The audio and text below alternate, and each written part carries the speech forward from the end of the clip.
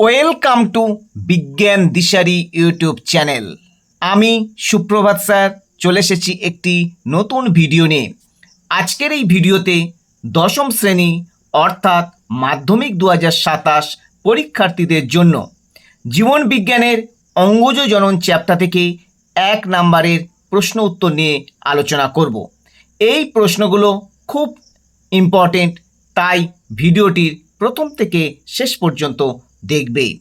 এই চ্যানেলে যারা নতুন তারা সাবস্ক্রাইব করবে এবং ভালো লাগলে লাইক ও শেয়ার করবে। চলো এখন সরাসরি প্রশ্ন উত্তর পর্বে যাওয়া যাক। প্রথম প্রশ্ন, অঙ্গজ জনন কত প্রকারের হয়? উত্তর 2 প্রকার। একটি হলো প্রাকৃতিক অঙ্গজ জনন এবং দ্বিতীয়টি হলো কৃত্রিম অঙ্গজ জনন। 2 নম্বরের প্রশ্ন, প্রাকৃতিক অঙ্গজ জনন উদ্ভিদের কোন কোন অংশ দ্বারা সম্পন্ন হয়? উত্তর হবে মূল, কাণ্ড এবং পাতা, অর্থাৎ মূল, কাণ্ড এবং পাতার মাধ্যমে এই প্রাকৃতিক অঙ্গজ জনন সম্পন্ন হয়। 3 দাগের প্রশ্ন, মূলের সাহায্যে অঙ্গজ জনন সম্পন্ন করে এমন একটি উদ্ভিদের নাম লেখো। উত্তর হবে রাঁ আলু বা লাল আলু। এই রাঁ আলু বা লাল আলু মূলের সাহায্যে এদের অঙ্গজ জনন সম্পন্ন করে। 4 দাগের প্রশ্ন, ভূনিম্নস্থ কাণ্ডের সাহায্যে অঙ্গজ জনন সম্পন্ন করে কোন উদ্ভিদ? উত্তর হবে আলু, আদা এবং ওল। এই প্রসঙ্গে মনে রাখতে হবে উদ্ভিদের যে আলু, আদা এবং ওল এই অংশগুলো হলো উদ্ভিদের ভূনিম্নস্থ কাণ্ডর অংশ। 5 দাগের প্রশ্ন, পত্রজ বা পত্রাশ্রয়ী মুকুলের সাহায্যে অঙ্গজ জনন সম্পন্ন করে কোন উদ্ভিদ? উত্তর হবে বিগোনিয়া এবং পাথরকুচি। এই বিগোনিয়া এবং পাথরকুচি গাছের পাতায় মুকুল উৎপন্ন হয় এবং সেখান থেকে তারা তাদের অঙ্গজ জনন সম্পন্ন করে। 6 দাগের প্রশ্ন, কোন কোন উদ্ভিদের ধাবক দেখতে পাওয়া যায়? উত্তর হবে শুশুনি এবং থানকুনি।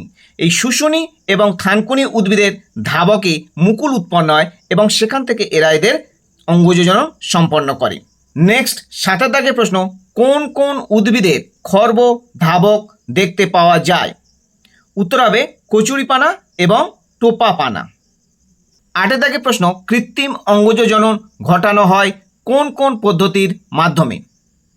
উত্তর হবে শাখা কলম বা কাটিং, জোর কলম বা গ্রাফটিং এবং মাইক্রো প্রোপাগেশন বা অনুবিস্তারণ।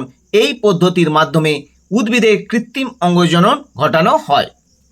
9 দাগের প্রশ্ন, জোর কলমের ক্ষেত্রে মূল সহ যে গাছটিতে অন্য গাছের শাখা জোড়া লাগানো হয় তাকে কি বলে? উত্তর হবে স্টক। 10 দাগের প্রশ্ন, স্টকের সঙ্গে যে গাছের শাখা জোড়া হয় তাকে কি বলে? উত্তর হবে শিয়ন। 11 দাগের প্রশ্ন, স্টক ও শিয়নের মধ্যে কোনটি তুলনামূলকভাবে উন্নত মানের হয়?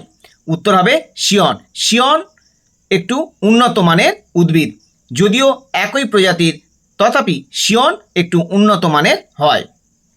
12 দাগের প্রশ্ন, একবীজপত্রী উদ্ভিদের নালিকা বান্ডিলে কি না থাকার জন্য জোর কলম হয় না?